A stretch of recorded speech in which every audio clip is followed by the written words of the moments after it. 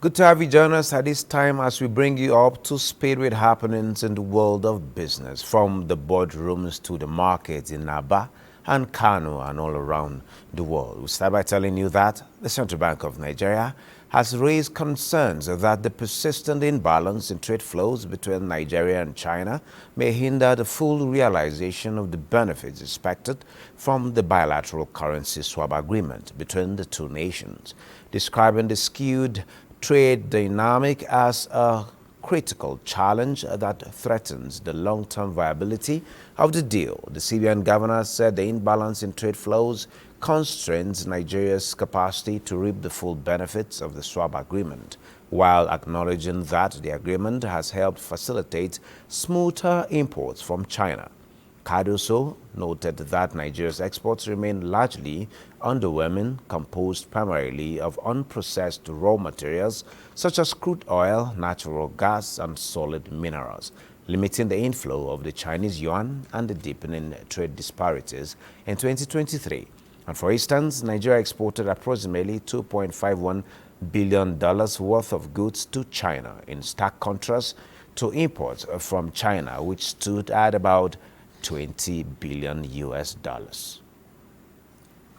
Now, amid global economic headwinds stirred by Trump's new tariff regime, the Nigerian Sovereign Investment Authority is proving its mettle, announcing a stellar financial performance for 2024 that defies the odds. Musa Abubakar reports that at its annual performance briefing in Abuja, the authority revealed an impressive 96% surge in net assets, signaling strong resilience and strategic positioning to weather ongoing circumstances in the global economic landscape.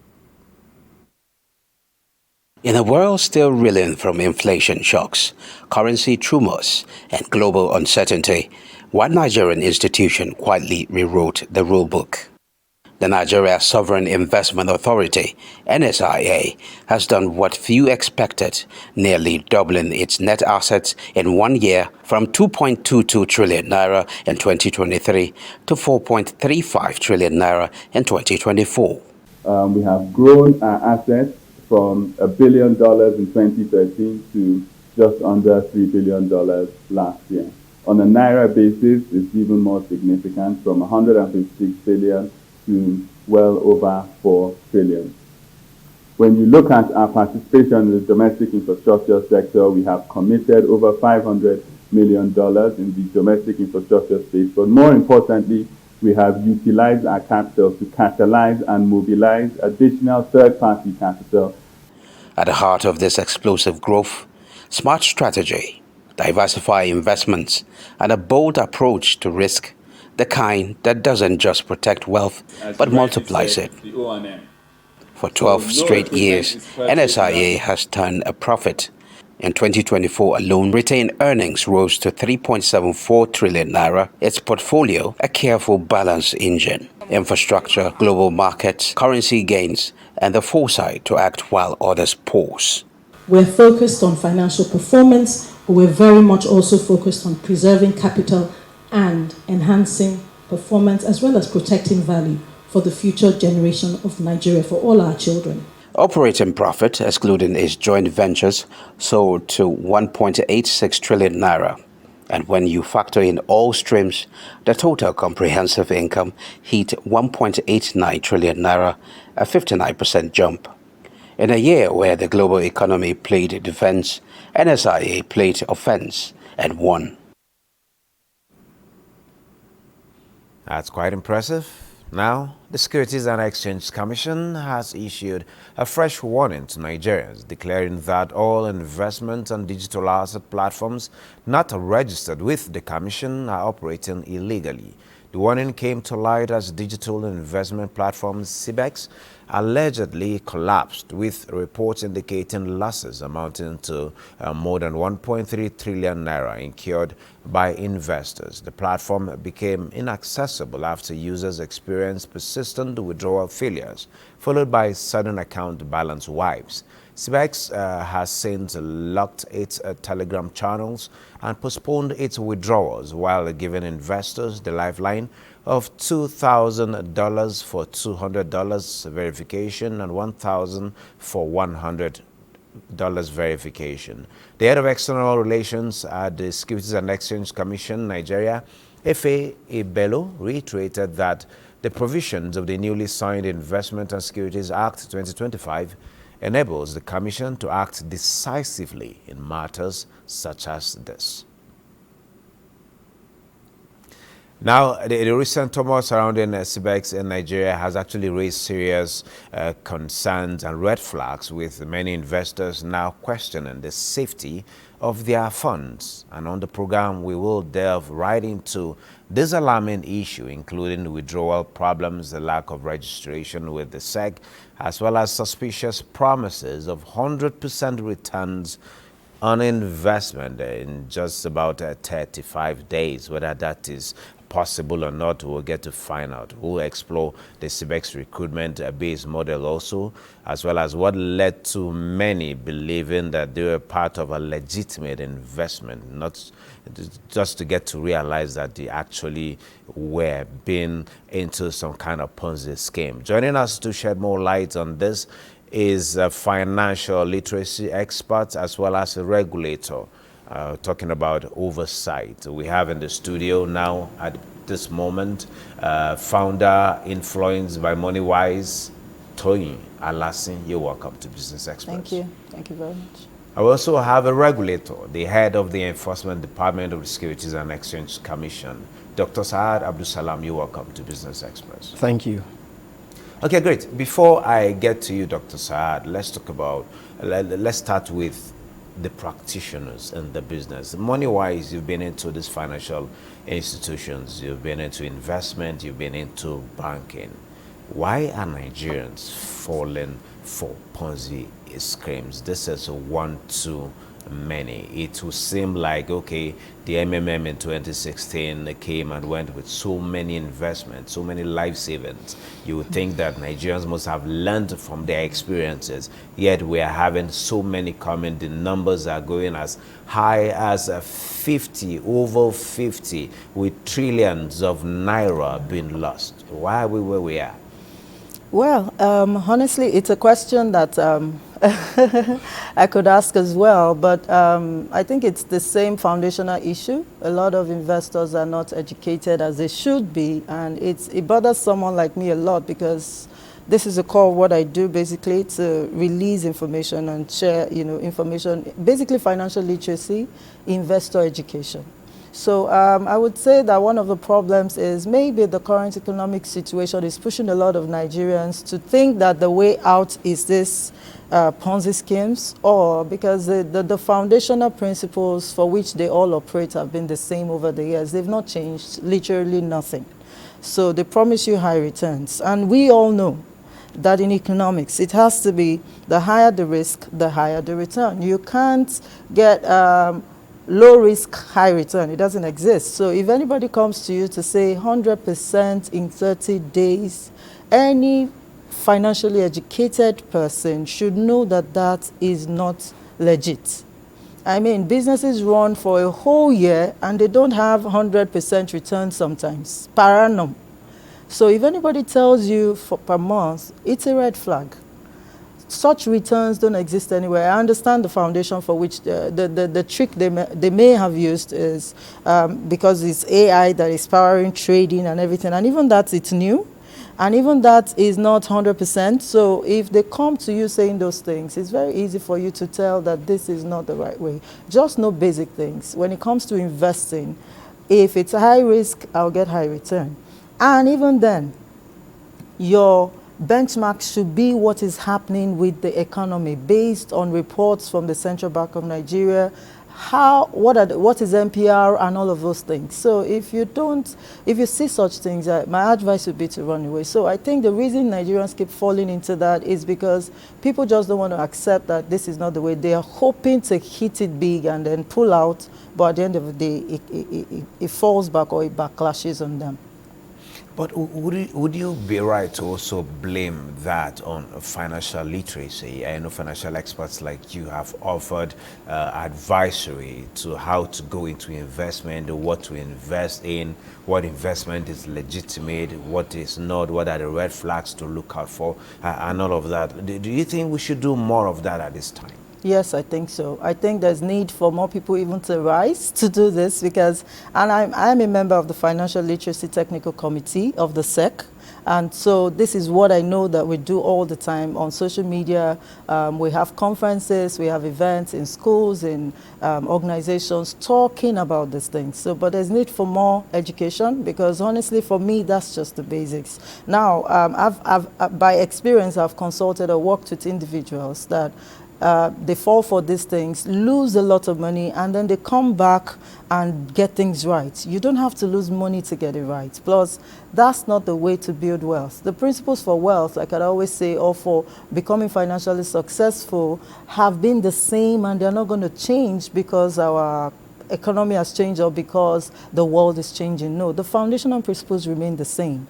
If you are investing, you have to start from well-managed risk, then build up your portfolio. All the people with risks and who take risks in the world that people know, they have a secure basket that they always fall to. So I think there's need for more education. And I also want to advise individuals, before you invest, get advice. Now, there are platforms where you can reach out to people. You already know these people who talk on financial literacy. Get advice. It may be free sometimes, it may cost you money, but it's better for you to pay them the little amount you pay them and get things right with your money than to lose it all the way people are doing. Now to the regulator. Dr. Abdulsalam, you've heard from Ms. Alasi talking about the need for more enlightenment, need for more education. Though you're an enforcer, before we come to enforcement, the SEC has been doing a lot. There's a new act now that has been reviewed, and cryptocurrency, Ponzi trading, it's something that has been considered in this act that we have for today. What's the SEC doing in clamping down on all of these people vis-a-vis enlightenment and education? Okay, let me rehash what she said. The foundational issue is lack of education.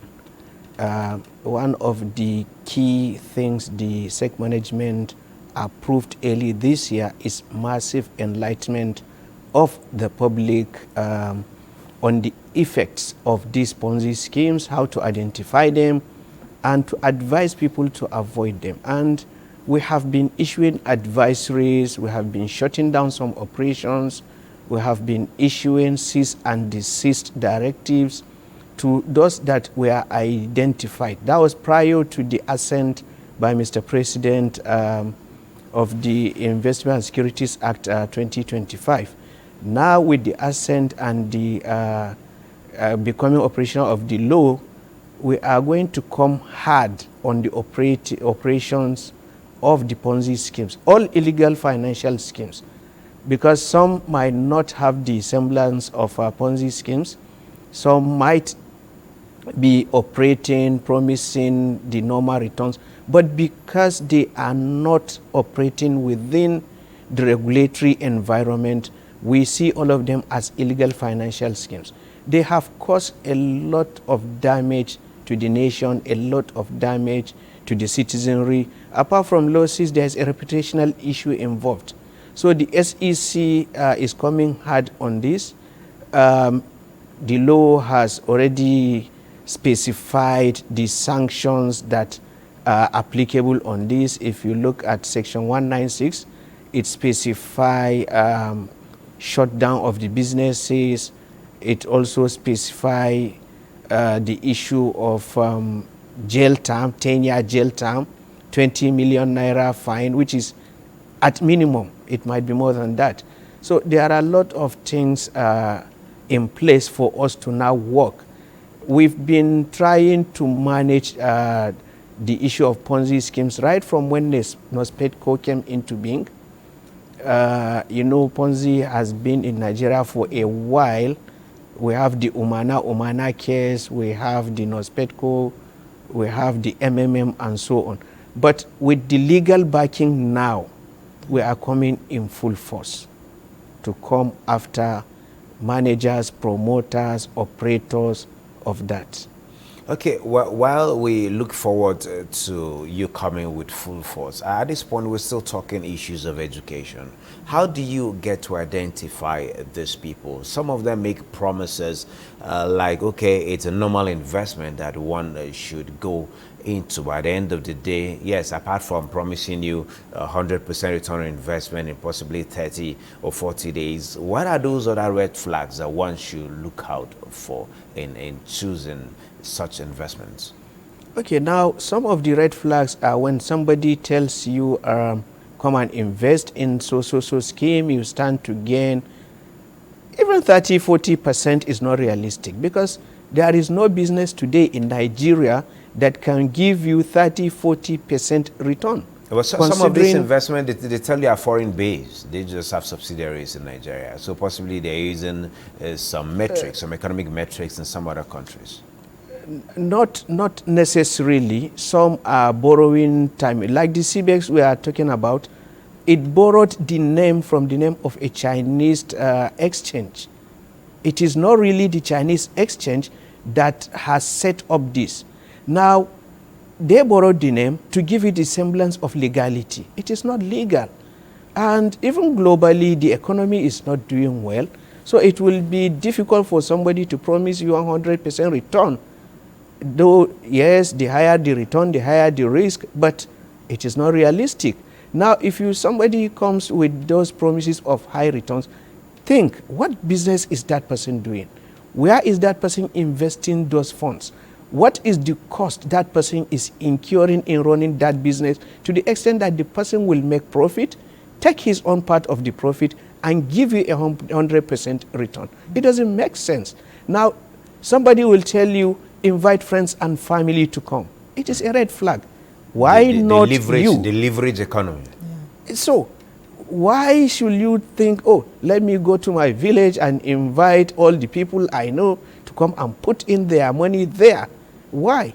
If I'm doing my investment, let it be me and me alone, based on what I believe are facts. And then you will discover that some of them don't have proper structure. Some will start opening offices all over the country. Within 3, 4, 6 months, they have like 30 branches all over. Even a bank that is into money business takes time to expand its branch network. But a Ponzi, because there is so much money that they are not investing anywhere, they'll be deploying it to expand. And by expanding, they are luring and attracting more people into their scheme. You know, so all those are some of the red flags. You ask them who regulates you, they say, oh, we are affiliated to so in Canada, so in Hong Kong, and so on, which is not true. Why didn't you say you are regulated by a Nigerian regulator where the investor can verify your claims? So all those are some of the signs that somebody will look critically into to determine if they are, and they have widespread of marketers who go about marketing and luring people in. Good businesses don't do that. Okay, You know? okay, Dr. Absalam, let's you. get Ms. Halasi. Halasi, let me address you as a money-wise. That's what you're probably known for me. Yeah. From what Dr. Abdul Salam have said, is there anything he has left out? What are those red flags? What should one look out for in making such investments, if you must go into such investment? And possibly you might just enlighten us on the likely investment that one should go to turning away from this. Yeah. Okay. So personally, I like to even look away from some of these guys, because for me, I think once you're financially educated and you set your clear financial goals that you're working towards, you're not likely to be bounced off by some of those things. I mean, you don't even have to be burnt to learn. So what I always recommend is, first of all, determine what you want to achieve as an individual. So you want to invest, what's your goal? I always ask people, every time they come to me, oh, I'd like to invest some of my money. I'm like, what's the goal? Because you've seen situations where people come in to say, I want to invest this, and then the next minute, they come back for the money. What's your goal? The problem a lot of people fall into this scam is not necessarily just the scam, it is them.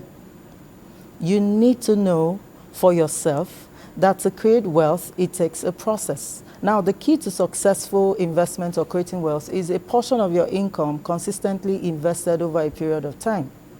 So if anybody comes to you and says that, oh, it will happen in 24 hours, if you give them 100,000, 100% in 30 days means if you give me 100,000 today, at the end of 30 days, you get 200,000 back. That is huge. Now, a lot of people are attracted to that. They are carried away by that. But that's not the problem of the investment. It is the problem of the investor. So you need to be educated. You need to know that investing is a journey. There's a destination which is wealth building. We all want to blow. We all want to be rich. But it doesn't happen in a day. It takes a process. So as much as, and the truth of the matter is, we've seen the likes of MMM and Co. and CBEX now has passed. There will be another one tomorrow. So the most important factor that you need to get is that you need to be educated financially to know that it doesn't start, you can't build wealth overnight. Okay, Wealth building while efforts at enlightening the public continues, you just mentioned CBEX, MMM has come and gone, CBEX is going, another one will still come. What are on the larger scale, what's the effect on the economy? Well, like he said earlier, it affects the trust of the people in the economy or the regulators, like the SEC or the CBN. But at the same time, with proper continuous education, I mean, like he said, they're going to go full force right now. We also will step up what we're doing in the area of enlightenment, education, financial literacy. We'll start to talk more about these things so that people are better prepared to identify these Ponzi schemes when they see one in the future. Okay, Dr. Abdul Salam, while we look forward to this enforcement, is it possible that the public will have a full list, like we're having in the media? We don't know how legitimate that list is, to get to know the red flags, not just the red flags, but those who are not registered and they are still in business. And what does it take for them to register? You know, if you have a legitimate business, you will not be afraid of approaching the regulator to say, oh, come on, this is my business model, this is what I want to do, this is my company, and I want to be licensed. And you will be licensed. The requirements are there clearly stated in our rules. They are there on the Commission's website. We have also, in compliance with the ease of doing business policy, simplify it by breaking it down. If you are coming for this type of license, these are the fees you will pay, these are the documents you need to submit, this is the process to go to. And to be honest, we have to scrutinize your business. We review your model, we look at who are the people that are going to manage, what is their experience, who are the people that are promoting the business. Are they fit and proper? We have to write to other sectoral regulators to confirm that yes, this person is fit and proper to operate in the financial sector. All those may are put in place. So there's nothing you come, we are ready to guide you, we are ready to lead you to the licensing, through the licensing process, to make it much easier for you. You can call any of our staff as late as 10 p.m., 11 p.m. to make an inquiry. These staff are always available. They are always ready to attend to your inquiries. So just to make life easy for people. But you know, somebody who wants to engage in illegality will definitely not come close to making those inquiries. Some might file an application with the SEC, and the SEC will review and say, oh, we have observed so and so shortcomings in your application. You will never hear from that person.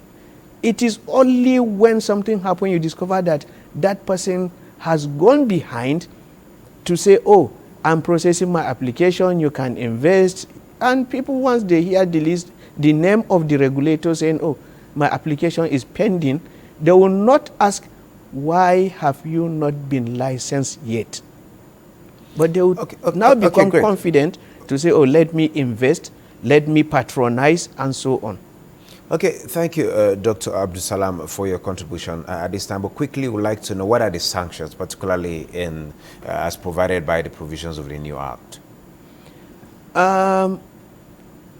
The SEC now has expanded powers, and we can prosecute, aside prosecution, and when one is prosecuted, the minimum jail term for operators and managers and promoters of such businesses is 10-year jail term. And there is a fine of 20 million at a minimum.